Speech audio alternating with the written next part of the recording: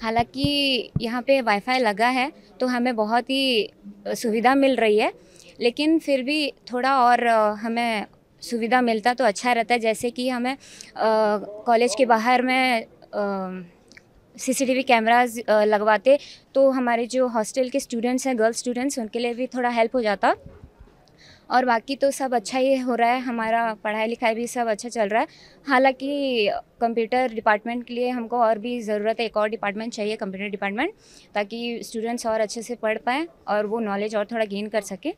आमर जेपरी कि आमर कैंटीन रो दाबी रही तापर आमर लाइब्रेरी रो किछि आमर हॉस्टल रे बेड रो कमी रही एमती बहुत टे दाबी रही जहाँकि आमर मान्यवर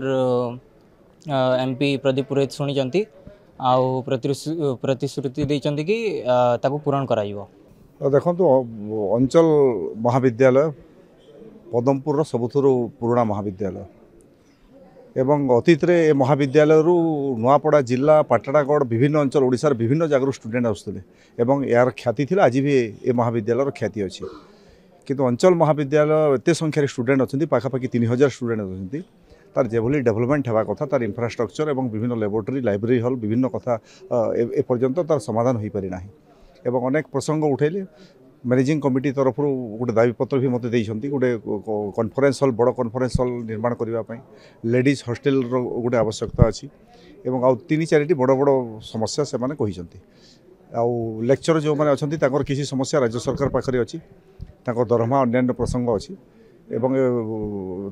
दाबी भी यथार्थता